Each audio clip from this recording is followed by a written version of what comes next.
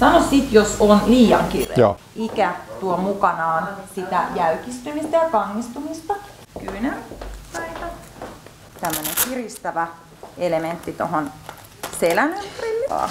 Joo, se painoliivi kun tulee, niin sen idea on siis se, että välttämättä ei olisi niin kuin ylipainoa, mutta kuvastaa vaan kuinka niin kuin raskasta on vaan siis perusliikkuminen. Kyllä, juuri näin. Myös vaikka olisikin niin kuin hoikkavanhus. Juuri niin, näin. Joo, eli sitä, että kun sä teet arkiaskareita ja muuta, niin sä yksinkertaisesti väsähdät nopeammin. Joo, hyvä, että ei ole 30 asteen helle. Niin. Se tulee vasta ylihuomenna. Ja sitten tulee tää puku, ja tästä tulee taas lisää painoa. Okay. Tääkin on yksi osa sitä kokonaisuutta. Tuossa toisen puolella.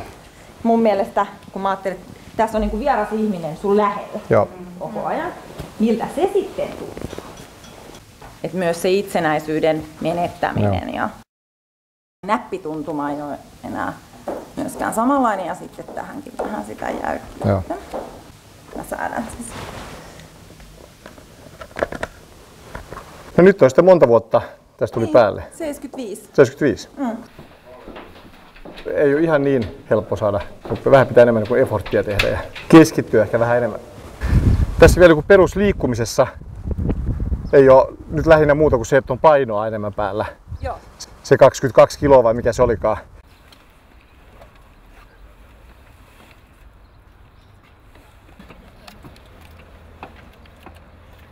Näkisi tältä vaan, kun tämän läpi nyt näkee, niin 75-vuotias käyttäisi laseja ja näkisi paremmin, joten tämmöisellä näkemisellä ei uskaltaisi kyllä ajaa ainakaan.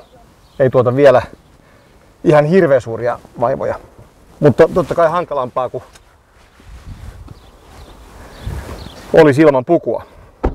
Niin näkö ehkä haittaa enemmän kuin kuulo tai paino tai liikkuminen näissä harjoituksissa. Ja sanotaan, että jos tässä olisi silmälasit tai visiiri poissa, niin olotila muuttuisi kyllä mukavammaksi.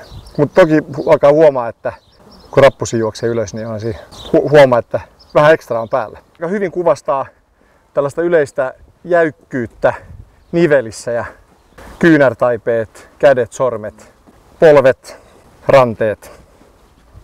Näitä tekstejä ei näy ollenkaan. Nimet tässä rapputaulussa, nämä osaa lukea kyllä, mutta näet, se on pihlispizzeria, mutta sitten se menee hankalammaksi. Et hissi ehkä mulle ei tuottaisi vaikeuksia. Pienestä treenistä menee.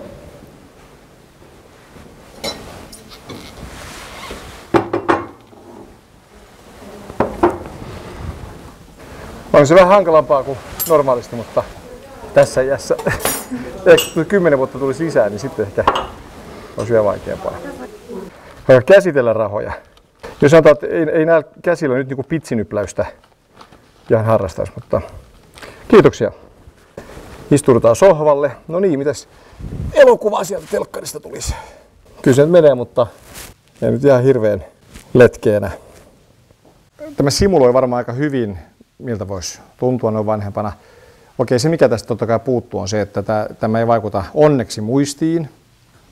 Ei tule fyysisiä kipuja ja muita kremppoja, joita voisi ehkä vanhempana tulla.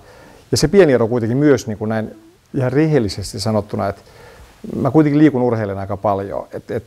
Mä voisin olla tässä omassa iässäni myös kunnossa, joka tekisi sitä paljon raskaampaa.